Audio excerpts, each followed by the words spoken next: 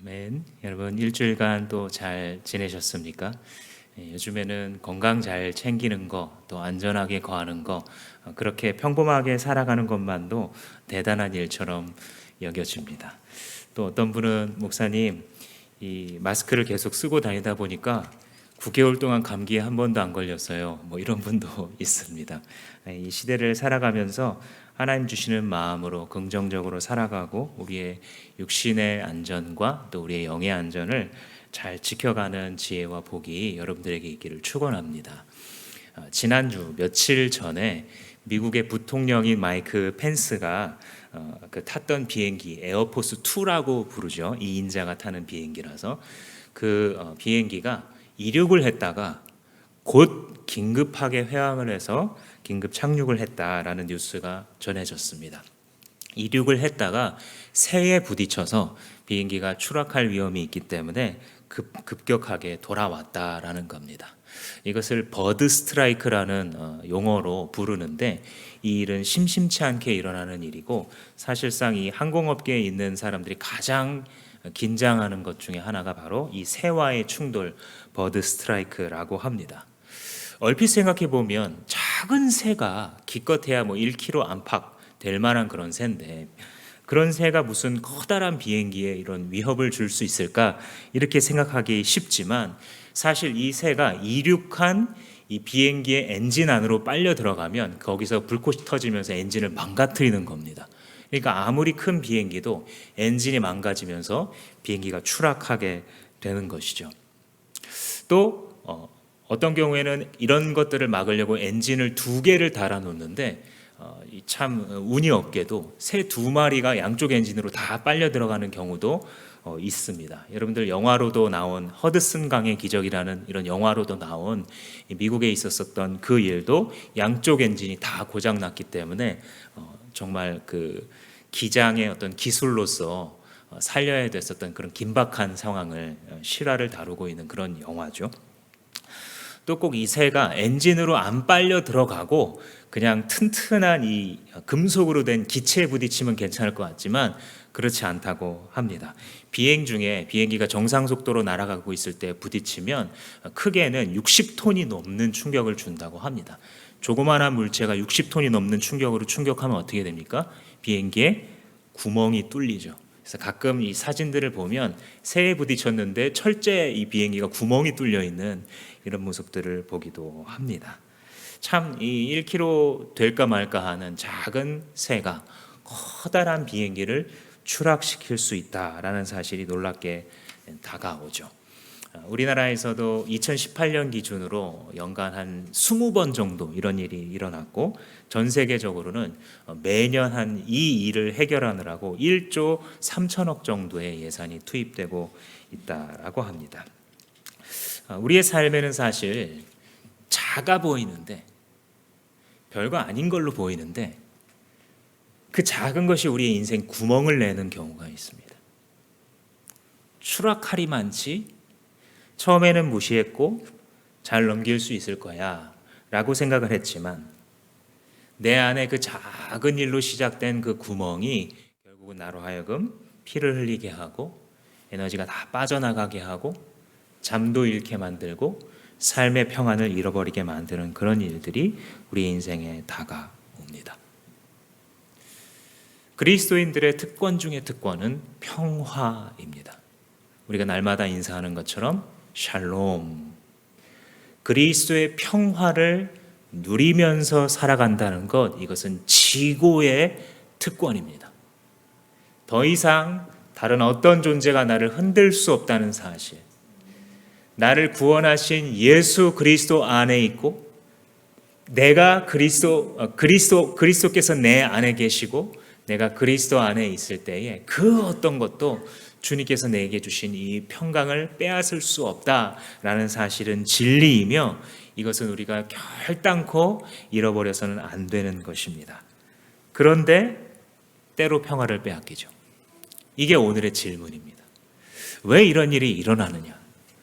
주님께서 우리에게 주신 평강이라는 것은 결코 빼앗길 수 없는 너무나도 크고 절대적인 평안인데, 이 평안은 영원토록 약속된 것인데 어찌하여 성도들은 때로 그렇게 커다란 평안을 빼앗기기도 하느냐라는 질문입니다.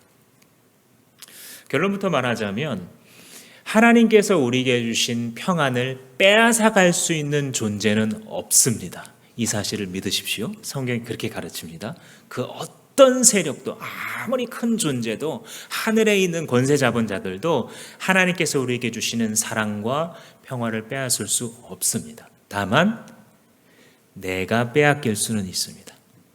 내가 나의 선택으로, 혹은 나의 연약함과 나의 실수로, 혹은 내가 속기 때문에 나의 평화를 넘겨줄 수는 있습니다. 대표적으로 오늘 본문에서 등장하는 그 작은 일, 내가 내 평화를 스스로 넘겨주거나 빼앗기곤 하는 것들을 세 가지 정도를 이야기하고 있습니다. 그것은 대립과 염려와 행함 없음, 이 세 가지입니다. 대립과 염려와 행함 없음, 이것들은 때로는 커다래 보이는 나의 믿음, 나의 평화를 흔들기도 한다라고 성경은 가르치고 있습니다. 그래서 오늘 이 빌립보서 말씀을 통하여서 사도 바울은 성령의 역사에 따라, 성령의 조명하심에 따라 이렇게 권했던 것입니다. 너희들 안에 있는 하나님의 평화가 회복되게 해라. 너희들은 그렇게 살아야 한다. 너희들 평화를 잃어버렸다면, 너희들 무언가에 속아서 하나님 주신 평강을 빼앗겼다면 그것부터 회복하거라 라고 우리에게 가르치고 있습니다. 어떻게 하면 그 하나님의 평화 속에 머물며 살아갈 수 있는지 한 가지씩 살펴보도록 하겠습니다. 첫 번째, 우리가 잃어버렸던 평화를 빼앗거나, 우리가 빼앗겼던 평화를 되찾거나, 혹은 그 평화를 계속 지키는 방법, 첫 번째는 한번 따라하겠습니다. 합심으로. 오늘 성경의 표현으로는 같은 마음을 품으라 라는 겁니다. 이게 매우 중요합니다. 합심이 깨어지기 시작하면 사람은 자기 혼자는 아무리 잘났어도 함께 있는 사람, 동역자와의 관계에 금이 생기고 합심이 깨어지기 시작하면 평화를 계속 가지고 있을 수 없습니다. 오늘 성경에는 이 이름이 등장합니다. 유오디아와 순두개라는 사람이 등장하는데, 이들이 왜 등장하냐면 바울이 한마디로 혼을 내는 거예요. 사랑으로 혼을 내지만 그들의 이름을 여기 기록하면서 유오디아와 순두개에게 권합니다. 같은 마음을 품으세요. 전제는 무엇입니까? 이 두 분이 같은 마음을 품지 않고 있었다는 겁니다. 그런데 이분들의 이름이 여기에 기록된 이유, 중요한 이유가 있습니다. 첫 번째로는 지도자였어요. 교회에서 분란을 일으키는 사람은요, 새신자가 아니에요. 그죠? 예수를 막 믿고 싶지 않아 하는 VIP가 교회의 분란을 일으키는 게 아닙니다. 그런 것들은 얼마든지 우리가 쉽게 이겨나갈 수 있고 우리의 마음을 합해서 나갈 수 있습니다. 그런데 공동체가 흔들리고 가정이 흔들리는 것은 무엇입니까? 리더십을 가진 자들이 흔들릴 때에, 특별히 대립했을 때에 흔들릴 수 있게 됩니다. 이름까지 기록된 것은 사실 굉장히 드뭅니다. 성경에서 어떤 사람의 잘못을 지적할 때에 그 사람의 이름을 기록한다는 것은 여기 말고도 종종 나오지만 흔한 일이라고 볼 수는 없습니다. 참 이 뒤에를 읽어보면 이 두 동역자들을 바울이 사랑하고 있어요. 그래서 너희들의 이름이 생명책에 기록되어 있지 않느냐 하면서 타일르고 있습니다. 근데 어떤 의미에서 보면 혼나는 이 장면이 이곳에 기록되어 영원토록 읽히고 있다는 점에서 이 두 사람의 대립이 얼마나 나중에 이 두 분이 부끄러웠을까 이런 생각을 합니다. 아마도 믿기로는 이 권면을 듣고서 마음에 회개하여 이 두 지도자가 다시 화해했을 것으로 그렇게 기대할 수 있습니다. 또 한 가지 특징적인 면은 이 두 분 다 여성입니다. 초대교회에서부터 여성 리더십은 있었습니다. 각 교회들을 지키는 오늘날의 담임 목사에 해당하는 교회의 감독 혹은 장로라고 불리우는 분들은 남성이었지만 그 외에 모든 리더십에는 항상 여성 지도자들이 등장하게 됩니다. 이 두 분 외에도 루디아라는 분, 또 브리스가 라는 분, 이런 분들을 보면 항상 자기의 남편보다 좀 더 앞서서 어떤 리더십을 갖고 있었던 것을 우리가 살펴볼 수 있죠. 그러니까 때로 우리가 유교적인 사상에 사로잡혀서 성별을 너무 구별할 필요는 없습니다. 우리가 가지고 있는 우리 교회 전통이나 또한 교단적인 이런 부분들은 우리가 존중하면서 잘 나가는 것이 필요하지만, 사실 성경적인 부분은 그리스도 안에서 남자나 여자나 종이나 자유인이나 흑인이나 백인이나 화인이나 아무 상관없이 그리스도 안에서 동등하다. 여기서부터 항상 출발해야 합니다.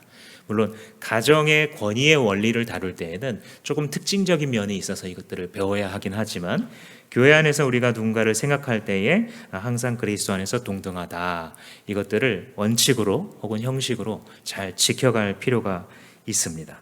이 여인들이 얼마나 영향력이 있었으면 이 두 분이 일으키고 있는 이 대립각, 이것을 사도 바울이 편지에까지 기록해야 됐을 정도예요. 그러니까 영향력이 있는 지도자였다는 것을 알 수 있죠. 읽어보시면 글레멘드라는 사람과 더불어서 이 세 사람이 리더십을 형성해서 복음을 전하는 일에 사도 바울과 가장 앞장서서 애를 썼던 그런 사역자들인 것을 알 수 있습니다. 그러니까 이 두 여인이 대립한 것은 진리 비진리의 문제가 아닌 거예요. 힘을 합쳐서 사도 바울과 아마도 4명, 5명이 팀을 이루었는데 그 중에 2분이 여성 지도자였고 그 둘이 대립을 하고 있는 겁니다. 헌신을 안 한다든지 게을르다든지 믿음이 없다든지 진리 비진리를 이단처럼 헷갈린다든지 이런 문제가 아닙니다. 그럼에도 불구하고 사도 바울이 개입해야만 되는, 도움이 필요했던 상태 가운데 들어갔죠. 그 다툼의 원인이 정말 무엇이었는지 성경에는 기록되어 있지 않습니다. 근데 방금 우리가 살펴본 것처럼 그런 어떤 진리 이런 거의 문제라기보다는 아마도 일해가면서 부딪힐 수 있는, 인간이라면 누구나 같이 일해가면서 부딪힐 수 있는 그런 상황이었을 것이다 라고 짐작할 수 있습니다. 말하자면 일하는 스타일이 달랐을 가능성이 많죠. 여러분, 몇 명이 모여서 어떤 회의를 해보잖아요. 그러면 사람들의 성격이 고스란히 드러납니다.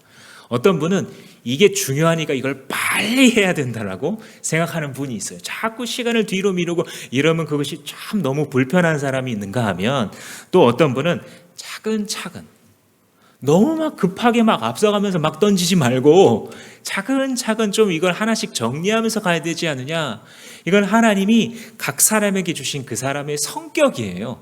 그 사람의 성품이고 기질이지, 어떤 상황에서든지 항상 차근차근 하는 사람이 최고다, 그렇게만 볼 수가 없습니다. 때로는 급하게 밀어붙이는 사람을 통해서 일에 매듭이 지어지기도 하고요. 그죠? 그런데 또 그런 사람만 필요한 것이 아니라 차근차근 일이 잘 되어가고 있는지 점검하고 바라볼 수 있는 사람이 필요한데, 사람은 참 재미있는 게 둘이 부딪힙니다. 그죠? 왜냐하면 자기가 맞다라고 생각해요. 일은 이렇게 하는 게 맞는 거야 라는 관념을 자기가 살아온 배경과 경험을 가지고 절대적으로 주장할 때가 참 많은 게 우리들입니다. 이게 옳아라고 생각합니다.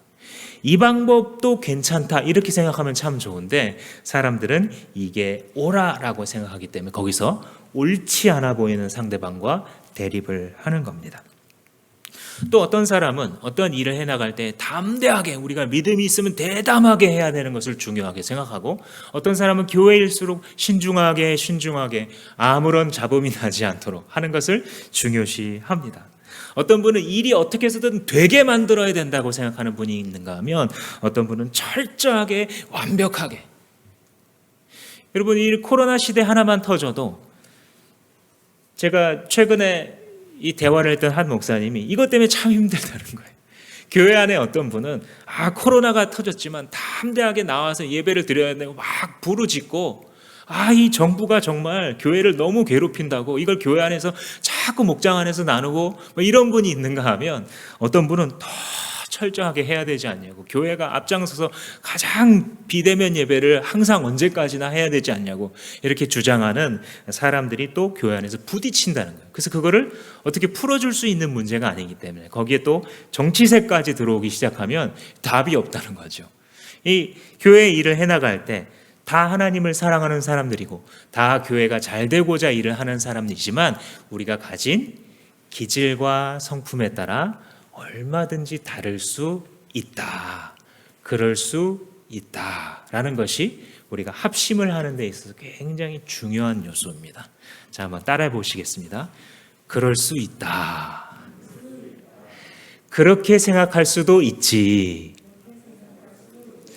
이 단순한 말 같죠? 엄청난 능력이 있는 말이에요. 왜냐하면 이 말을 하는 순간 내 마음에 공간이 생겨납니다. 어떤 공간이요? 사람을 담을 수 있는 공간이 생겨요. 내 기질, 내 상식선에서는 이해가 되지 않아요. 그런데 지도자는 어떤 사람입니까? 다른 사람을 도와주는 사람은 어떤 사람입니까? 그 사람을 품을 수 있는 사람이에요. 나랑 성격이 좀 달라도 그 사람을 품을 수 있는 사람이 리더예요. 근데 그 공간은 어떻게 생겨나기 시작하냐면, 사람은 달라서 그렇게 생각할 수도 있지. 그죠? 그렇게 말할 수도 있을 거야. 그 말이 독한 말이었고 나한테 되게 아팠지만 무슨 이유가 있었을 거야. 지도 힘들었을 거야. 이렇게 말할 줄 아는 사람이 리더인 이유가 그 마음속에 방을 늘 만들어서 다른 사람이 잠시 실수도 할 수 있고 쉬어갈 수 있는 공간을 그 마음 가운데 주기 때문입니다. 그래서 중요한 게 뭐냐면 사실 우리가 주님의 일을 해나갈 때도요. 일을 잘하는 거 물론 필요합니다. 우리 철저히 다해서 우리가 할 수 있는 최선으로 잘 해야 돼요. 어떤 사역이든. 그런데 더 중요한 게 뭔지 아세요? 마음을 모으는 거예요. 주님은 너네 일을 너무 B 플러스밖에 못하니? 좀 더 힘내봐. A 마이너스로 올라와. 이렇게 혼내시는 적은 없어요. 제가 아는 한. 근데 뭘로 혼내시냐면 너네 왜 대립하고 싸우니? 이거로 정말 많이 혼내세요. 너 왜 이렇게 교만하니? 너 왜 이렇게 너만 의롭다고 생각해? 이걸로 정말 많이 혼내세요. 주님께서는. 그러니까 마음을 모으는 것이 하나님의 나라에서는 정말 중요한 원리구나라는 것을 우리에게 가르쳐 주세요. 근데 실제로는요, 이게 말이 쉽지 너무너무 어려워요. 그죠? 왜냐하면 이게 나잖아요. 거기에 연루된 게 나기 때문에 이미 내 감정도 들어가 있는 거기 때문에 이게 너무너무 어려운 거예요. 여기서 자유로울 수 있는 사람은 아무도 없습니다. 산속에 들어가서 혼자 돛 닦고 뭐 기도원에서 기도할 때는 가능한지 몰라도 현실에 내려온 신앙, 함께 살을 부대끼며 하나님의 나라를 일구어 나가는 현실에 뿌리 박은 신앙을 가진 사람들은 하나같이 다 고백합니다. 주님, 이거 너무너무 어려워요. 그죠? 이 사람은 성격이 나쁜 사람이 아니라 실제 섬겨본 사람이에요. 그죠? 너무너무 힘들다라는 것을 깨닫는 것. 근데 한 가지, 우리가 이런 대립을 할 때에는 많은 경우는, 대다수의 경우는 진리 비진리의 대립이 아니라 비본질적인 것으로 대립합니다. 본질적인 것은 우리가 목숨을 다해서 지키고, 본질이 아닌 것은 이것은 선택의 문제이구나라는 것을 생각하고 갈 필요가 있습니다. 그런데 항상 모든 것을 다 중요하다라고 생각하면 오히려 많은 것을 놓쳐요. 목사님, 선교가 우리 교회는 진짜 도대체, 목사님, 우리 교육부서가 도대체 우리 어떻게, 목사님, 우리 구제는 어떻게 돼, 우리 예배는, 우리 찬양팀은, 각자 자기가 중요하다고 생각하는 두세 개가 있어요. 보통의 사람들은요. 근데 그것이 당장 지금 이루어질 필요는 없거든요. 근데 현실 속에 살아가고 있는 교회는 항상 그 중에 두세 개, 네 개, 다섯 개가 부족해요. 어떤 것은 되게 잘 되고 있지만 어떤 부분은 되게 부족합니다. 근데 그거를 모두가 다 너무 중요하다라고 생각하게 되면 거기서 대립하게 되는 거죠. 이 대립하기 시작할 때 우리의 감정이 어떻게 아파지고 병들고 곪게 되는지 제가 이런 말로 한번 정리를 해봤어요. 미움의 나선이다. 이렇게 한번 불러볼 수 있을 것 같아요. 그러니까 나선이라는 게 나사로 구멍을 파면 계속 삥삥삥삥 돌면서 점점 밑으로 내려가잖아요. 속으로 들어가잖아요. 미움의 나선이라는 게 있어요. 뭔가 패턴이 계속 반복되면서 그 골이 점점 깊어져요.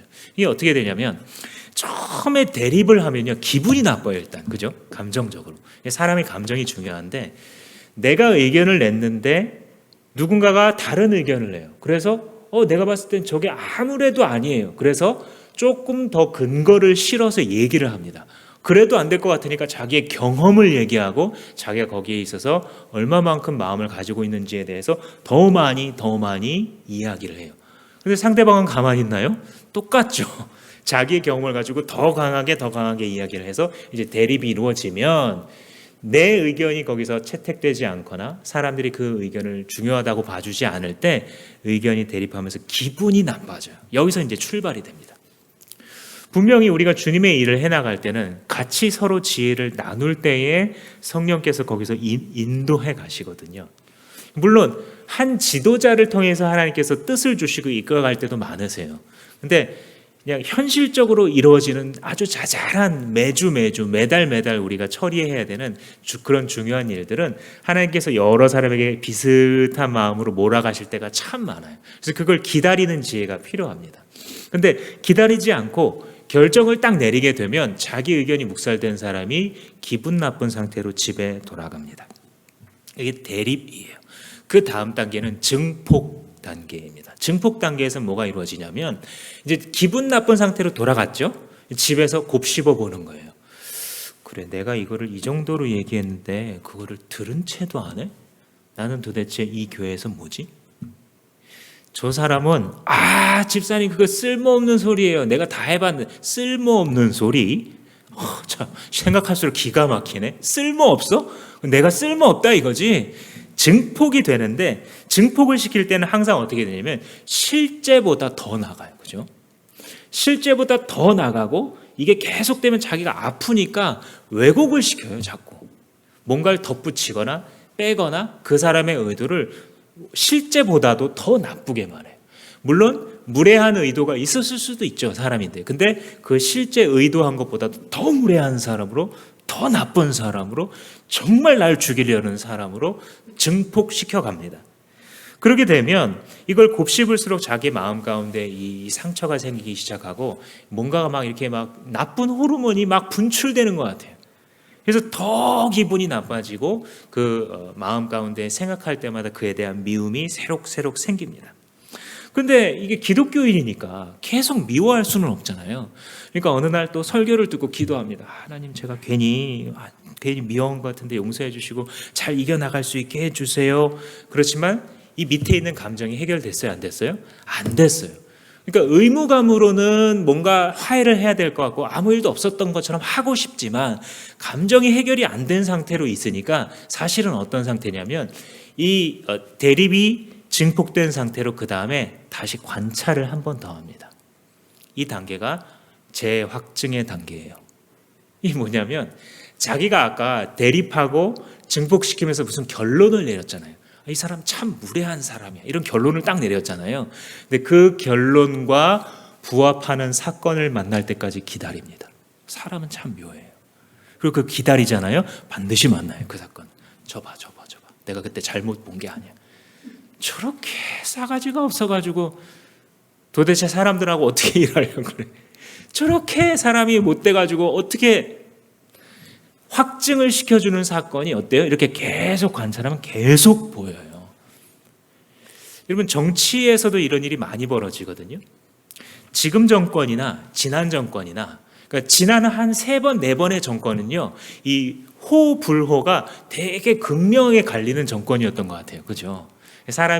사람들이 이 정치에 대해서 조금 더 예민해지고 가고 있는 건데 반드시 나쁘다고는 볼 수는 없지만 그 사이에서 나타나는 너무 사회적인 분열이 크니까 이게 우리에게 좀 아픕니다. 근데 그걸 한번 기억해 보세요.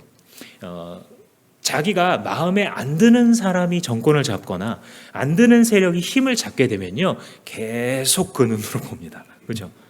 저봐 이 나라를 북한에 갖다 바치려 그래? 저봐 계속 국정을 농단해.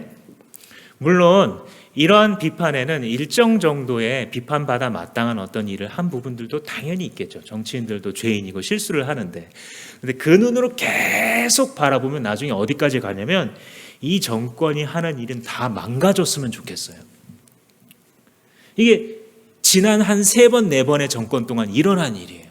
그래서 이 길 가다 넘어져도 대통령 탓 뭐 이런 말이 나오잖아요. 너무너무 미운 거예요. 어디 정치가들만 그렇습니까? 가족들 사이에서도 그렇습니다. 결혼을 하려고 하는데 며느리가 한번 마음에 안 들기 시작해요. 그러면 그게 계속 증폭되고 그 다음에는 확증, 재확증을 하게 되죠. 거봐. 쟤는 어른을 어떻게 대접할지 모르는 애야. 이런 사이클이 계속 반복되면서 악화되기 시작하면 이 미움의 나선을 따라 계속 자기의 마음을 뒤 흔들어 놓고 그 사람을 더 이상 견딜 수 없게 폭발하게 혹은 아프게 병이 걸리게 만드는 것입니다. 가족 간에나 친지 간에나 동역자 간에 여러분들 모두 이 일을 경험하셨을 겁니다. 그런데 어떻게 같은 마음이 될 수 있느냐? 우리가 이렇게 감정의 동물이고 참 이 모든 것을 주님의 눈으로 볼 수 있으면 우리도 금방 해결이 될 건데 그 눈은 없어요 또, 그죠? 주님의 눈은 없고 한없이 편협한 눈으로 모든 걸 바라보는 것이 난데 그 눈은 없는데 감정은 해결이 안 돼요. 그런데 어떻게 한 마음을 할 수 있는가? 주님이니까 따라보자 할 때 해결이 돼요. 이게 별게 없어요. 어떤 거냐면요, 납득이 다 되어서 주님의 말씀을 순종할 때 해결이 이루어지는 게 아니라요, 납득이 아직 다 안 돼요. 근데 뭐가 있는 거냐면 그래도 하나님 말씀이니까 뭐가 있겠지.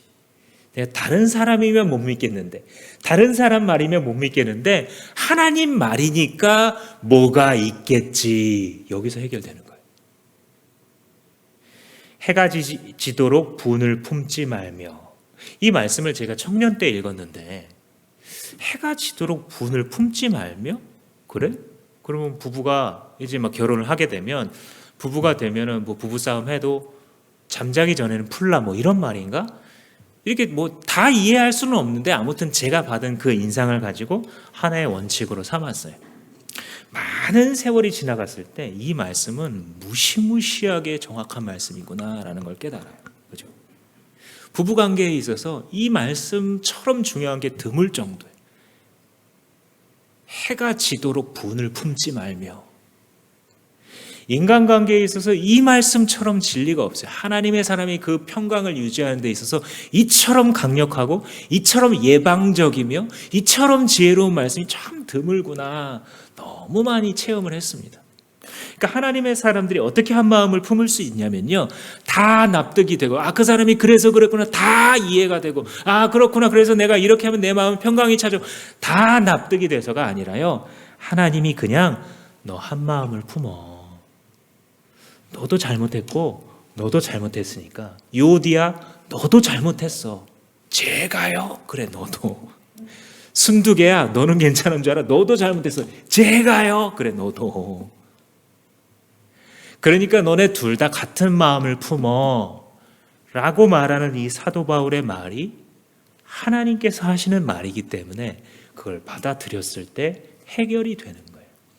그래서 한 마음이 가능한 겁니다.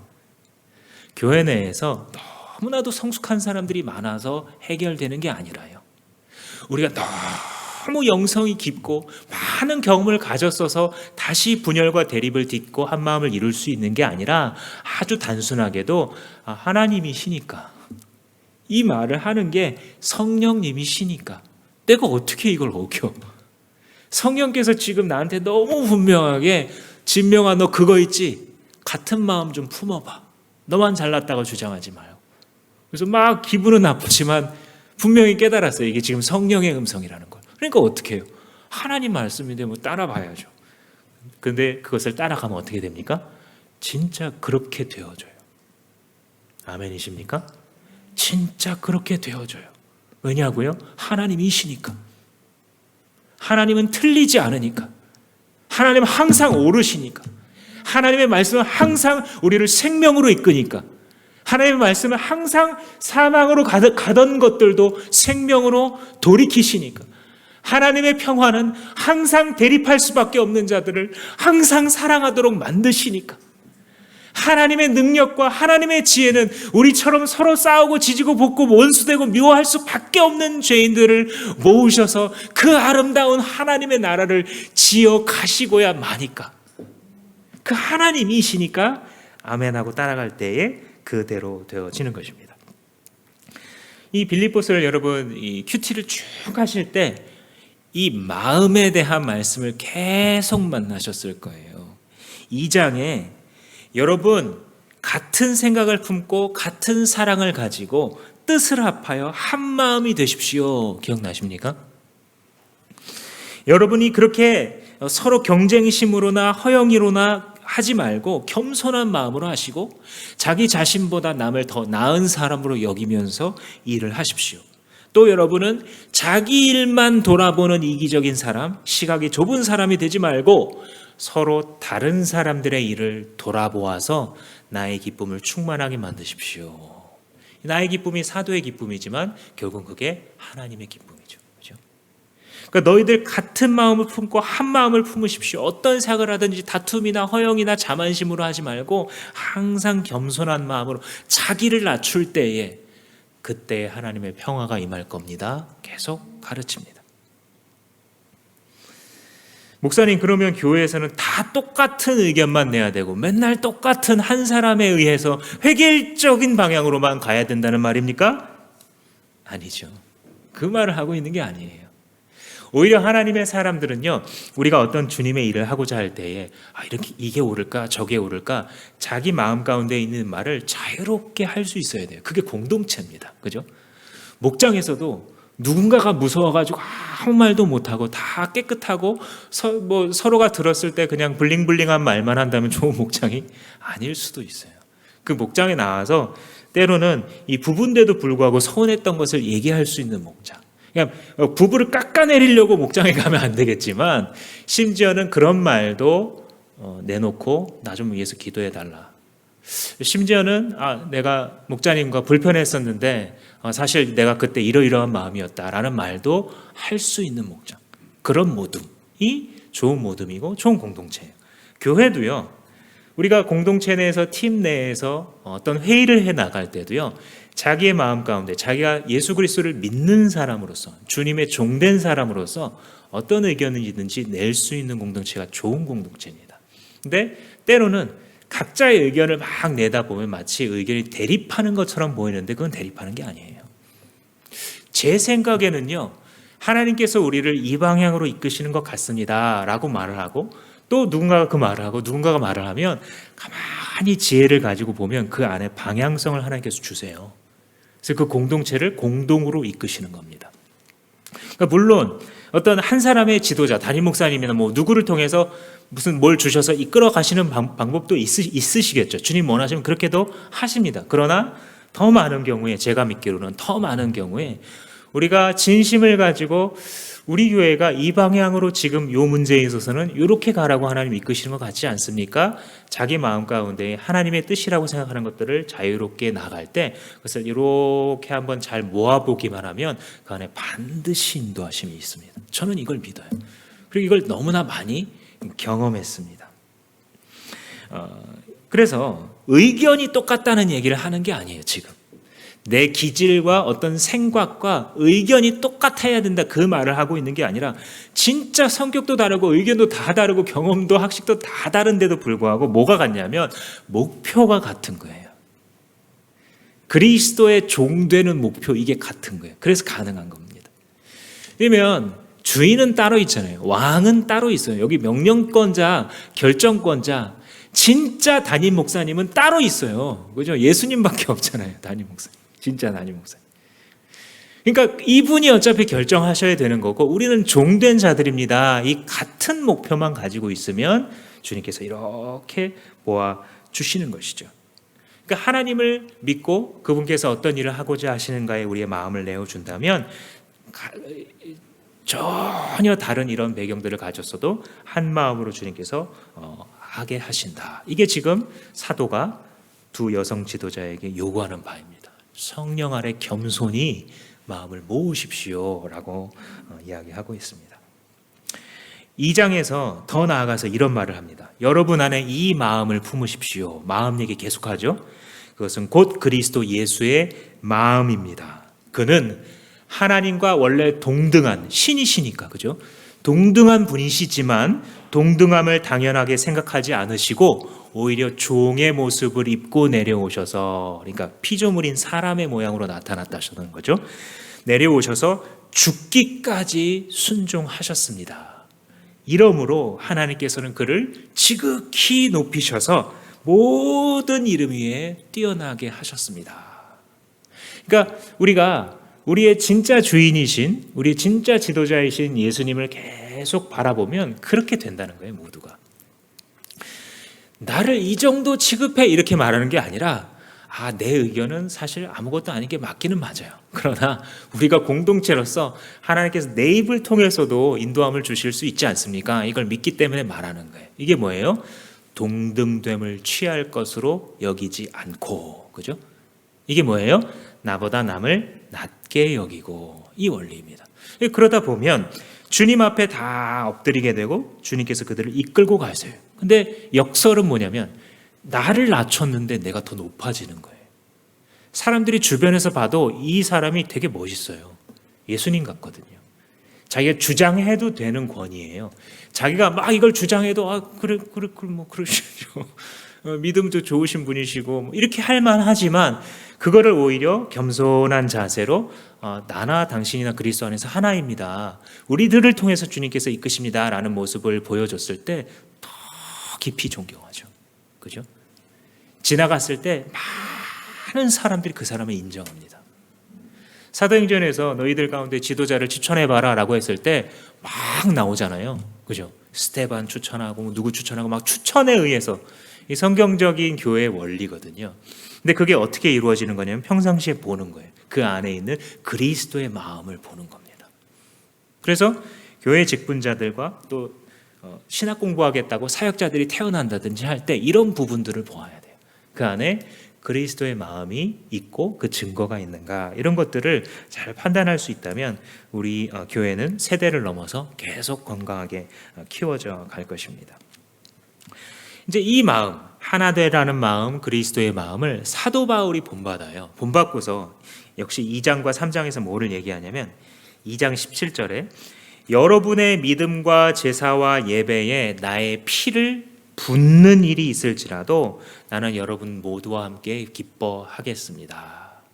그러니까 여러분들, 이 교회 공동체가 잘 될 수 있다라고 한다면 내 뼈가 갈아지고 내 피가 부어져서 그 위에 제단에 붓는 제사와 같이 드려질지라도 나는 그게 가장 기쁩니다. 이거는 이제 과장하는 게 아니라 진짜 너무 영광스럽다는 거예요.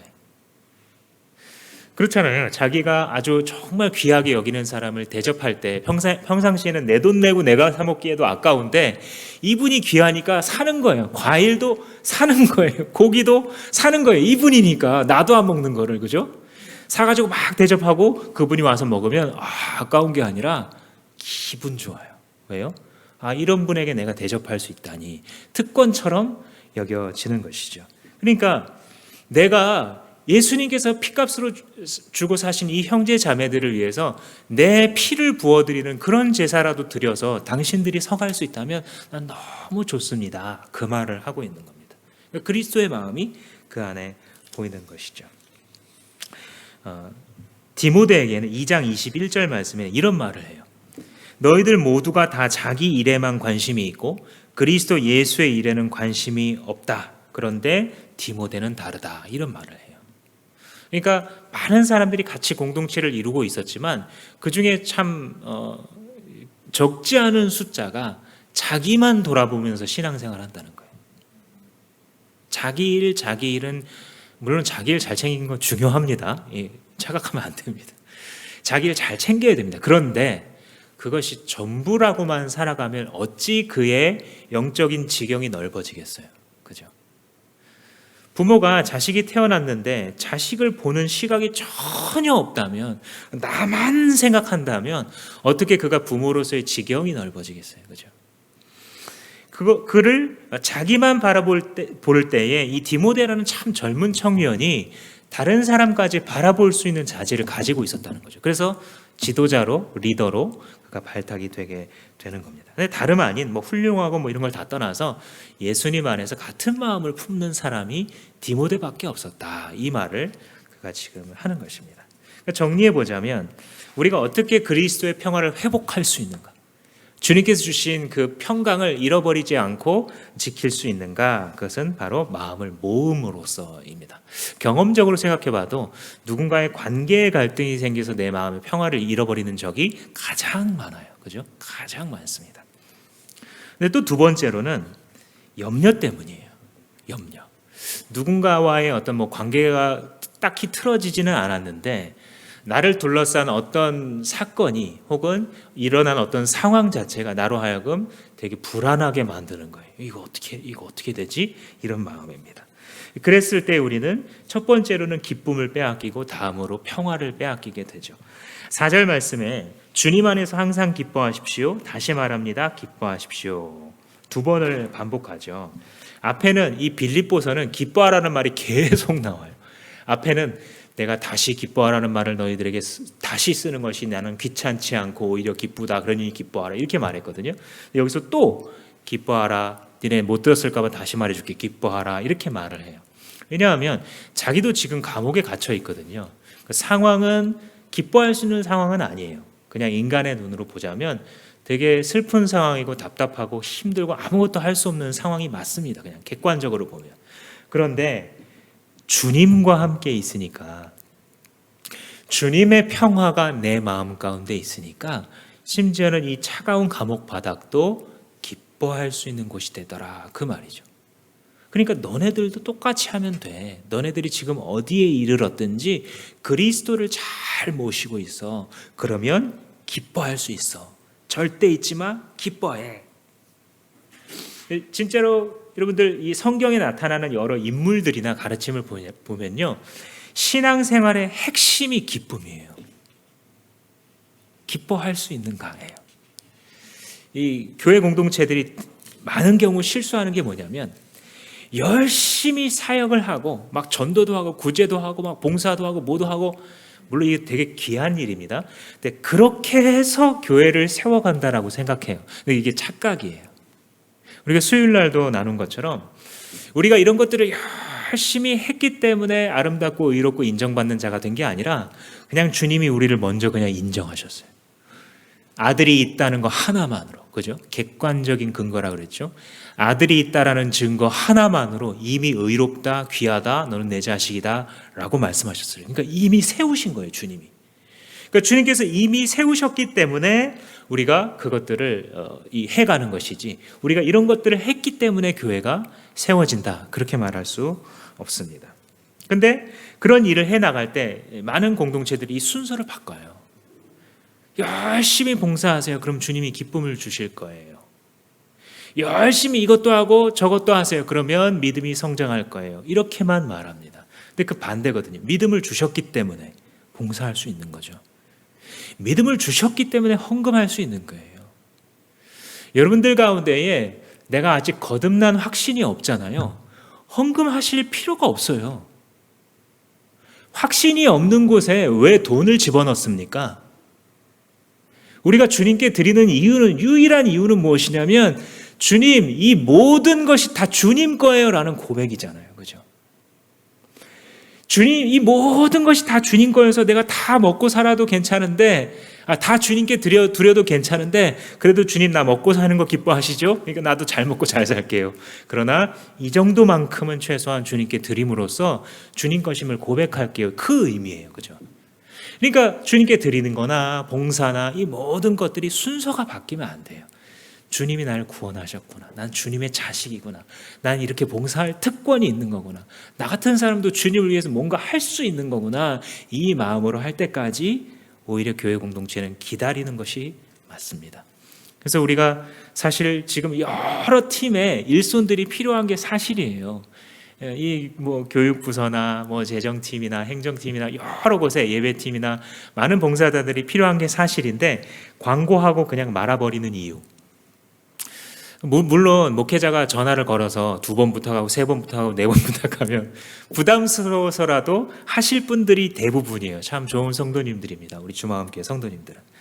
그러나 어떤 이유 때문에 아직 봉사하지 않기로 선택했을 때 그걸 존중하는 이유가 무엇이냐면 주님께서 우리를 그렇게 이끌어 가세요. 예수님이 우리를 위협하고 강제해서 일하게 하시는 거 봤습니까? 사랑을 보여주시고 우리가 그 사랑에 반응할 수밖에 없게 만든 다음에 목숨 걸게 만드시죠. 그런 다음에 목숨 바쳐 일하게 만드시는 거예요. 근데 그게 더 강력한 걸 보는 거예요. 이게 복음의 원리이죠. 그러니까 우리가 주님의 일을 해나갈 때 기쁨으로 해나가는 것처럼 중요한 게 없어요.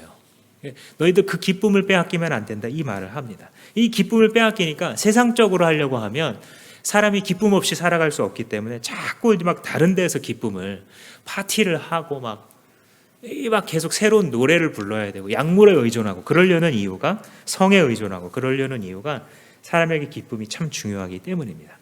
근데 우리는 다시 한번 고백하자면 우리의 기쁨의 근원은 오직 뭐예요? 오직 예수 그리스도.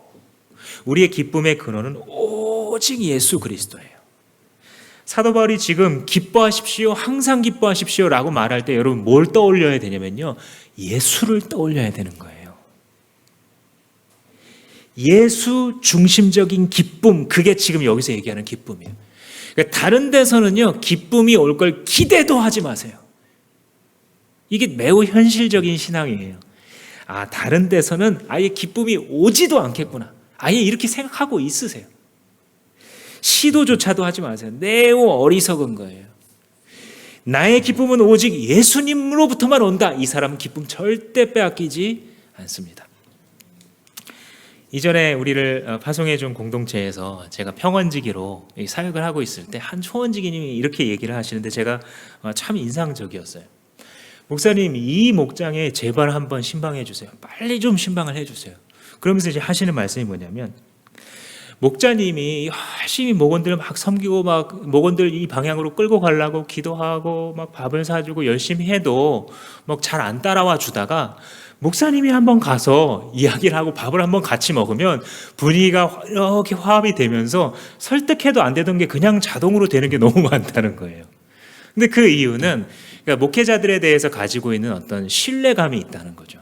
좋은 분이라고 생각하니까 목사님도 목자님이랑 똑같은 얘기를 하네, 그 말이 맞나 보다, 이게 증거가 되면서 너무 쉽게 일이 풀려간다, 이런 얘기를 하는 것이죠.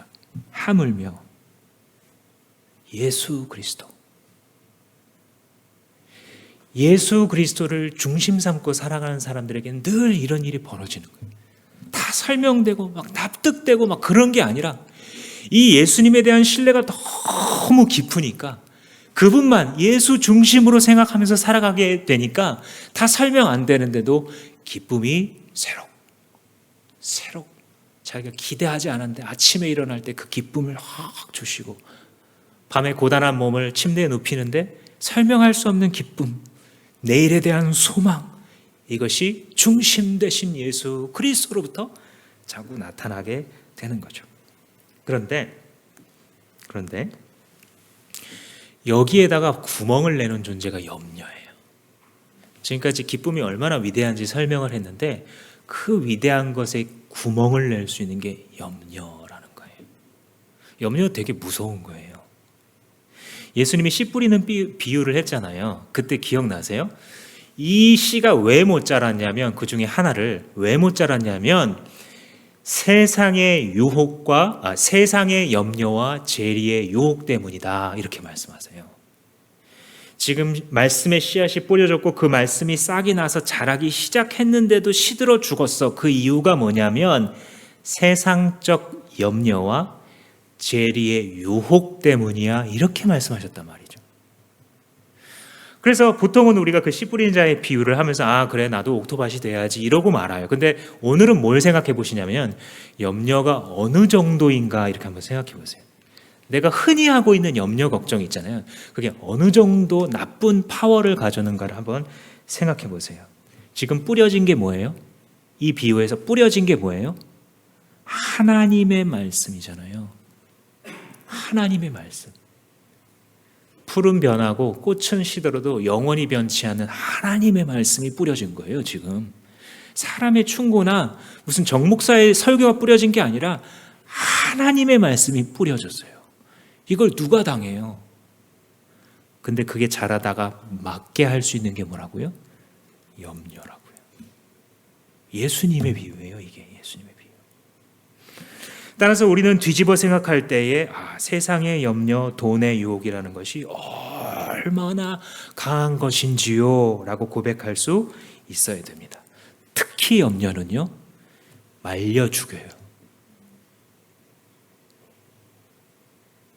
함정이에요, 함정. 말려 죽여요, 당신을. 많은 사람이 나는 돈의 유혹과는 목사님 상관없어요. 염려는 좀 하지만 돈의 유혹과는 상관없는데요. 근데 생각해 보시면 예수님 당시에는요, 그렇게 큰 부자는 많지 않았고요. 부자의 수도 적었어요. 대부분 다 그냥 일주일 먹어서 일주일 벌어서 일주일 먹고 사는, 한 해 농사 져서 한 해 겨우 먹고 사는 이런 서민들이었단 말이죠. 그런데도 주님께서 돈의 유혹이다라고 말한 것은 무엇이냐면 조금 가졌으나 많이 가졌으나 그게 유혹이 될 수 있다는 거예요, 실제로. 나는 돈 욕심은 없어요, 이렇게 말하지만 사실은 주님, 내가 좀 안정적이었으면 좋겠어요. 이것 역시도 재물에 대한 우리의 마음의 갈구이고 이것이 우리를 불안하게 만들 수 있는 거죠. 이것이 우리에게서 기쁨을 빼앗고 말씀을 빼앗고 평화를 빼앗을 수 있다라는 것이죠. 그래서 주님께서는 세상의 염려와 재리의 유혹이 무섭다라는 점을 말씀해 주신 거예요. 많이 알려진 이 어니 젤린스키라는 이 캐나다 출신의 작가이자 경력 관리 전문가가 있어요. 많이 알려진 글인데 그분의 이 책에 나오더라고요. 모르고 사는 즐거움이라는 책 중에 이런 말을 했어요. 사람들이 하는 걱정의 40%는 절대 일어나지 않을 일이다. 사람들이 하는 걱정의 30%는 이미 일어나 버린 일에 대한 것이다. 사람들이 하는 걱정의 22%는 매우 사소한 것에 대한 고민이다. 사람들이 하는 걱정의 4%는 아무리 힘을 써도 바꿀 수 없는 것에 대한 것이다. 사람들이 하는 걱정의 나머지 4%만이 우리가 신경 써서 바꿀 수 있는 것에 대한 것이다. 그러니까 아주 작은 퍼센티지만이 실제로 내가 염려하는 게 의미가 있는 거다, 이 말을 하는 거죠. 이런 말은 사실 많은 작가들이 한 아주 실용적인 조언이라고 할 수 있습니다. 귀담아 들을 필요가 있죠. 그런데 그것을 넘어서는 하나님의 조언을 들으십시오. 6절 말씀에 아무것도 염려하지 마. 40%는 어떻고 30%는 이렇게 말씀하시는 게 아니라요. 하나님은 100%야. 아무것도 염려할 필요 없어. 우리 주님이 하시는 말씀을 들으십시오. 네가 살아 숨을 쉬는 동안 네가 내가 이해하는 것처럼 이 모든 것들을 이해할 수 있는 눈이 주어졌다면 너는 아무것도 염려하지 않아도 된다는 사실을 알게 될 거야. 그 뜻입니다, 이 말이. 너는 아무것도 염려하지 말아라가 너는 사실 염려해야 되는데 너무 힘드니까 염려는 하지 마. 이런 게 아니라 네가 나와 같은 눈을 가졌다면 너는 아무것도 염려할 필요 없어. 왜? 내가 있잖아. 이게 주님의 말씀입니다. 주님은 어떻게 그렇습니까? 어떻게 내가 그래도 염려 안 하면서 살 수가 있어요? 그 다음 구절을 들으십시오. 모든 일을 오직 기도와 간구로 함으로써 그렇게 할 수 있다는 거예요. 염려가 하나 틱 생겼을 때 무릎 꿇고, 염려가 또 하나 찾아왔을 때 또 무릎 꿇고, 이렇게 하면 100%를 그렇게 지나갈 수 있게 된다라는 것이죠. 그러니까 여러분들, 염려의 대안은 기도예요. 걱정의 반대말은 기도입니다. 불안의 치료제는 기도입니다. 충격과 멘붕과 공포의 응급처치는 기도입니다. 오직 모든 일에 기도와 간구로 아뢰면 된다. 근데 아뢰할 때 어떻게 아뢰냐면 감사함으로 아뢰라. 불안한데 막 염려가 되는데 감사함으로 아뢰라. 이게 하나님의 비밀이에요. 그죠? 하나님의 비밀은 뭐냐면 이미 이루어진 것처럼, 기도할 때 우리의 믿음을 어떻게 하냐면 이미 이루어진 것처럼. 이렇게 안 들어주시던데 저렇게 안 주, 이런 거 다 그냥 음소거 해버리시고 다 그런 볼륨은 다 줄이세요. 이 말씀을 받아들이면서 감사함으로 아뢰라 그러셨어. 하나님 그거 좋아하나 봐. 기도할 때 이미 이루어진 것처럼 감사함으로 기도하는 걸 좋아하시나 봐 하고 그렇게 하는 거예요. 또 그동안 베풀어 주셨던 하나님을 생각하니까 너무 감사해요. 그래서 감사하면서 기도합니다. 또 뭐예요? 지금도 붙드시겠거니. 이렇게 지금까지 나에게 은혜를 베푸시고 나 먹고 살게 해주시고 나 안 죽게 해주신 거 하나님인데 앞으로는 아무렴 이렇게 주님을 붙드실 때에 감사함으로 기도할 수 있다. 그렇게 기도하면 어떻게 된다? 7절 말씀에 하나님의 평화가 임한다. 그리스도 예수 안에서 너의 마음과 생각을 다 지키신다라는 겁니다. 마지막으로 하나 더 나누고 마치겠습니다. 지금까지 평화를 지키는 방법, 그것은 대립했던 마음을 합신하는 마음으로, 염려했던 마음을 간구하는 태도로 바꿀 때 우리의 평화를 계속 유지하고 또 회복할 수 있다. 마지막으로는 한번 따라해 보겠습니다. 실천으로. 내가 배운 바, 내가 깨달은 바의 말씀을 가만히 두면 내게 아니지만 그것을 심으면 내게 됩니다. 그래서 사실은 내가 간증할 수 있는 것만이 내 신앙이에요. 내가 목사님들한테 많이 배워서 알고 있는 거는 지식이고요. 더 정확하게 말하자면 내가 간증할 수 있는 것만이 내 신앙입니다. 내가 심어본 것, 예수님의 표현으로 하자면 내가 집을 지어놓은 만큼이 내 신앙의 튼튼함이에요. 비바람이 불어도 흔들리지 않는 반석 위의 집, 그게 신앙의 집이거든요. 근데 진짜 내 신앙의 집은 내가 알고 있는 것만큼, 이 목사님한테도 배웠고 요 귀한 목사님한테도 배웠고, 이게 내 신앙이 아니라 내가 심어본 만큼, 실천해 본 만큼 그렇다는 것이죠. 8절 말씀해 보시면 형제자매 여러분, 무엇이든지 참된 것, 경건한 것, 옳은 것, 순결한 것, 사랑스러운 것, 명예로운 것, 더욱 칭찬할 만한 것, 이것들을 생각하고 내게서 배우고 받은 것을 실천하십시오. 한마디로 뭐냐면 당신이 배웠으면 실천하십시오, 이 말하는 거예요. 이게 평화랑 또 관련이 있는 거예요. 보세요. 9절 끝에 그리하면, 그러니까 실천하면이에요. 그죠? 실천하면 평화의 하나님이 여러분과 함께 하실 것입니다. 그러니까 실천과 하나님의 평화와 관련이 있는 거예요. 불순종을 하면, 주님께서 가르쳐 주셔서 지식이 있는데도 행하지 않으면 하나님의 평화가 자꾸 새나가는 데 나를 노출시키는 거예요. 그러니까 이 사도 바울이 나에게 배우고 본 것만 실천해도 된다, 이런 말을 하고 있는 것입니다. 여기서 우리는 이 순종과 평안의 관계를 깨닫게 되는 겁니다. 그렇구나. 여기 뭐 사랑스러운 것, 경건한 것, 그게 뭐가 됐든 간에 하나님의 말씀이 나에게 가르쳐 주신 것을 그대로 두면 아무것도 아니지만 이것을 실천하고 순종하게 되면 늘 평강 가운데 거할 수 있는 거구나. 반대로 생각해 보시면 내가 불순종하기 때문에 나한테 안정감이 없구나. 하나님 말씀하셨는데 자꾸 막 의심한다든지, 아니면 하나님께서 너 지금 가서 행해 라고 말하는데 자꾸 잠깐만요 뒤로 미룬다든지, 그래서 내 마음 가운데 뭔가 설명할 수 없는 불안전한 느낌, 안정감이 없는 삶, 하나님의 평화, 글쎄 내 인생과 그게 얼마나 관련이 있을까. 늘 물음표가 주어지는 삶을 살고 있는 것은 아닌가, 이렇게 생각해 볼 수 있는 것입니다. 여러분 한번 이렇게 인사해 보시겠습니다. 샬롬. 샬롬. 다름 아닌 평화죠. 하나님의 평화. 우리가 매주일 인사하는 그 샬롬. 이 샬롬이라는 것은 구약에서부터 이 개념이 시작되는데, 간단하게 줄여서 요약을 하자면 모든 게 제자리에 있는 상태예요. 그게 샬롬의 뜻이에요. 그러니까 단순하게 이 나라와 저 나라가 안 싸운다, 그게 자체가 평화의 근본적인 개념이 아니라 원래 하나님께서 지으신 사람들은 다투지 않아요. 타락하기 전에. 그죠? 원래 서로 사랑해요. 왜냐하면 하나님이 자기에게 사랑을 부어주시잖아요. 그래서 그 사랑이 흘러 넘친다 그랬죠, 수요일날. 그 사랑이 흘러 넘쳐서 살아가기 때문에 원래 다투지 않아요. 그러니까 제자리에 있는 상태가 피스, 샬롬, 평화인 거예요. 하나님은 내 삶에 있어서 하나님의 자리에 그냥 계세요. 어떤 자리요? 나를 사랑해 주시고 공급해 주시고 보호해 주시고, 나는 어떻게 해요? 그분을 의존하고 예배해요. 그래서 하나님은 하나님 자리에 있고 나는 내 자리에 있어요. 이게 샬롬이에요.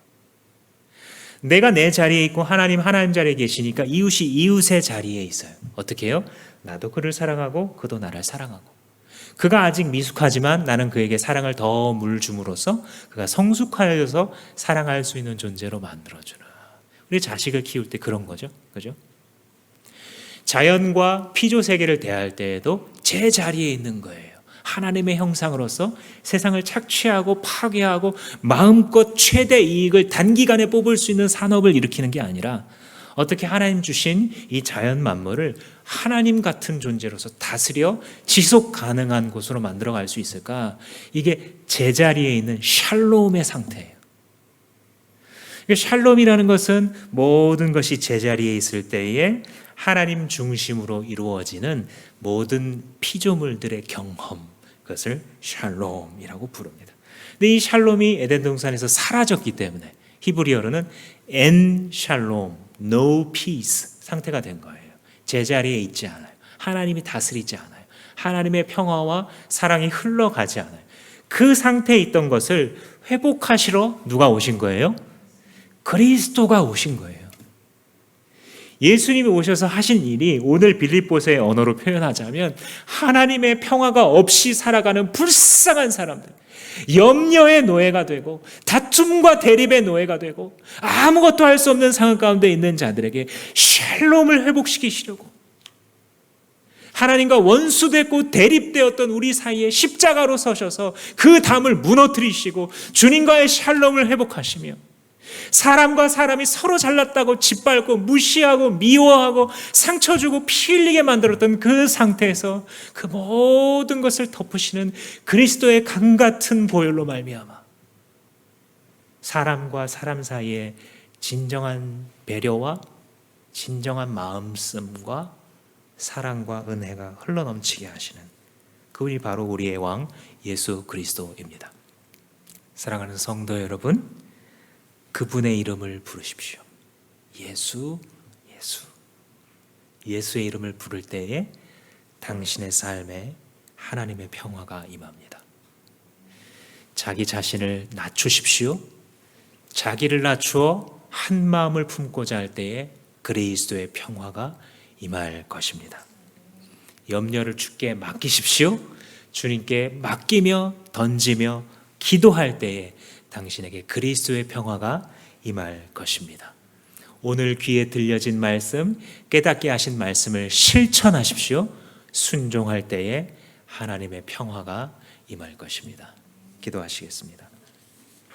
잠시 기도할 때에 이걸 하나님이 말씀하시는구나 라고 싶으신 게 있으시면 그걸 입술로 표현하며 기도하시겠습니다.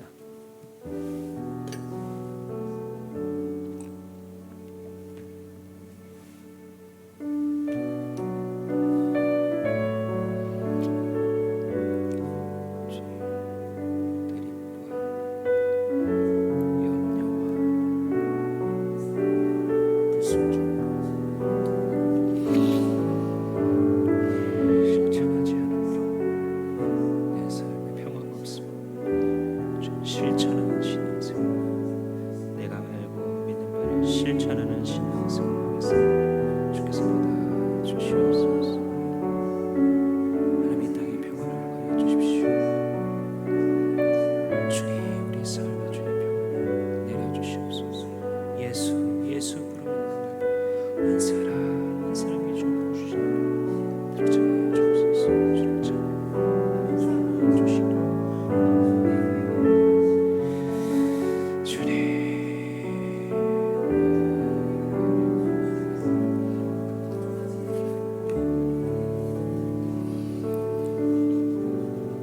평화의 왕 되시는 예수 그리스도의 이름을 이 시간 우리가 모두 소리 높여 외칩니다.